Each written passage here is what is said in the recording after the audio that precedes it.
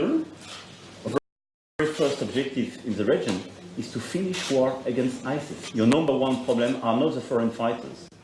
This is the ISIS fight. This is New York's #1 news. Channel 7 Eyewitness News with David Navarro and Shirley Nalika. And Sam Champion with the exclusive AccuWeather forecast. Now, Eyewitness News at noon. Let the digging out begin. Some roads are still closed and thousands still without power after the first winter storm of the season. The very latest on today's cleanup. And the impeachment inquiry about to reach its next phase as the president meets with world leaders overseas for the NATO summit. Good afternoon, everyone. I'm Joe Torres in for David Navarro. I'm Shirley Nalika. Right to our top story, that nasty winter storm that pummeled our area, northern New Jersey, among the hardest hit areas. This afternoon, some roads still remain closed, but the commercial vehicle ban on some highways has been lifted. In the meantime, thousands of people are still without power. We are going to start in New Hampton, New York, where we find Eyewitness News reporter Marcus Solis. Marcus. Well, Charlene and Joe, here in Orange County, good news is that the roads are in good shape. They are passable. You know, around here, they are certainly used to higher snowfall amounts. But this first taste of winter, well, it was a doozy. See, that's that hard crust underneath. It's not an easy cleanup. Lots of snow covering a layer of crusty ice. It may still be late fall, but this was a winter-like wallop that dumped over a foot of snow in parts of Orange County. A lot more than we thought, yeah. So it started off, you know, pretty light, but we probably got, I'd say, probably 6 inches plus from midnight on. The snow is postcard pretty, the storm leaving a true winter wonderland in its wake. But there's work to do. Schools are open with a 2-hour delay, giving snowplows extra time to make sure roads remain passable. It's been a long haul. Since yesterday, we went home a couple hours here and there. We started like 11 o'clock Sunday morning. Sunday morning they started, and the cleanup continues. There are still some 5,000 customers in Orange County without power. We're live in New Hampton. Marcus Solis, Channel 7, Eyewitness News. Marcus, thank you. And the first winter storm of the season officially in our rearview mirror. Meteorologist Jeff Smith, very busy. He's here with our first look at the exclusive AccuWeather forecast. Hey, Jeff. Good riddance to that one. Been around since Sunday morning, nearly a 48-hour storm in parts of the area. And we still have some of the clouds from the storm over eastern parts of Long Island, but those are even clearing out. We even had some snow over the eastern part of the island earlier today. The storm's really winding up off of the New England coast, and that's really kicking up the wind around here. Most recently, Sag Harbor playing a little catch-up here with the snowfall, 2 inches there. Closer to New York City, East Rutherford, about 2.7-inch totals. Now watch what happens as we head north and west. And by the way, Central Park checked in with 1.6 inches. You head up to Randolph, New Jersey. In Morris County, 9.4 inches of snow. We had over a foot in parts of Sussex County, 10 inches in Blooming Grove, in Orange County. And some of the grand totals are way up north into northern Dutchess, Red Hook, about 15 inches of snow. Just above freezing right now, about 35 out onto Long Island. Winds can gust 30 to 40 miles per hour at times during the afternoon. That will make temperatures that'll get up near 40 feel more like the 20s out there. So the wind chill will really be an issue into the afternoon. A quiet stretch in the near term, outside chance of a flurry later on tonight into early tomorrow morning. Next 7 hours looking like this. Temperatures may be touching close to the 40-degree mark if we're lucky. The wind remains pretty busy out there, so bundle up this afternoon. The rest of the AccuWeather 7-day forecast, which eventually features temperatures well into the 50s, is coming up in just a few. Joe, back over to you. Good to hear, Jeff. Thank you. We're following some breaking news. It's happening on Wall Street, the stock market this noon, where stocks fell sharply after President Trump cast doubt over the potential for a trade deal with China this year.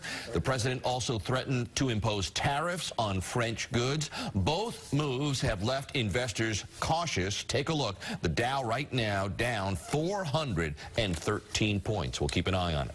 Well, cleanup continues in Queens, where dozens of homes were flooded with raw sewage. The city has pumps and generators set up on the streets in South Ozone Park and South Jamaica. That's after several days of homeowners dealing with raw sewage that flooded their basements. Officials believe the problem started with a blockage in a nearby sewage main. It's not clear how long it's going to take to get the mess cleaned up, but the city is footing the bill.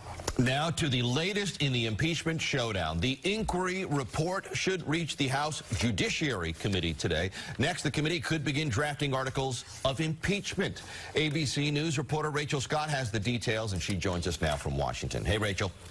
Joe, Charlene, good afternoon to you. Yes, it is the eve of the next public hearing. This time it moves to the House Judiciary Committee. Democrats pushing forward with their impeachment investigation as President Trump praises Republicans for holding the line of defense.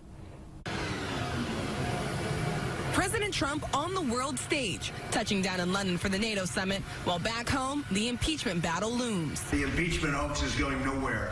The divide on Capitol Hill deepening as the House Judiciary Committee considers drafting articles of impeachment. The president preparing to meet world leaders, firing off a tweet praising Republicans on the Intelligence Committee for their minority report, making the case why the president should not be impeached. But last night, the Democratic majority on the House Intelligence Committee were finalizing their impeachment report. Chairman Adam Schiff telling MSNBC, "This is a very important point, which is the evidence on Ukraine is overwhelming, but the evidence on obstruction of Congress is also overwhelming." That report expected to be released today. At the heart of the impeachment inquiry, whether the president abused his political office for personal gain by pressuring the leader of Ukraine to investigate his political rivals and 2016 election interference. After 30 hours of televised hearings from 12 witnesses, the impeachment investigation now enters the next phase. The House Judiciary Committee will hold its first public hearing tomorrow. The president and his legal team refusing to participate. I think it's very unpatriotic of the Democrats to put on a performance where they do that. I do. I think it's a bad thing for our country. Impeachment wasn't supposed to be used that way. And President Trump is also calling out Democrats for holding that first hearing tomorrow on the Judiciary Committee while he is away at the NATO summit in London. Reporting in Washington, Rachel Scott, Channel 7 Eyewitness News. Rachel, speaking of tomorrow, be sure to tune in to Channel 7 tomorrow morning at 10 o'clock for special live coverage of the impeachment hearings. An attorney representing an indicted associate of Rudy Giuliani is asking that materials seized by federal investigators be turned over to the House committees. The attorney for Lev Parnas says at least 29 electronic devices were taken from his client during his arrest at Dulles Airport in October. The Ukrainian-American businessman was carrying 6 phones, tablets, and computers when he was taken into custody. Other devices were taken from his home. Parnas and 3 co-defenders are facing finance campaign charges. Former President Jimmy Carter is back in a Georgia hospital this afternoon as he now battles a urinary tract infection. The 95-year-old former president was admitted this weekend. A spokesperson says Mr. Carter is already feeling better and looks forward to returning home soon. Just last week, you might remember, doctors released President Carter from a different hospital following surgery to relieve pressure on his brain. A warning about smart TVs coming up, why the FBI is warning consumers about the technology in high-tech televisions. The head of the Chicago Police Department fired just weeks before his scheduled retirement. And a search for a suspect in a violent attack on the street. The victim, a fruit stand vendor. When the clock strikes 5. New York's not calling it a day. 5 o'clock, the city is just catching its second wind. 5 o'clock, you're catching your breath. With New York's most trusted news and weather team. New York, it's 5 o'clock. Eyewitness News, weeknights at 5 on Channel 7.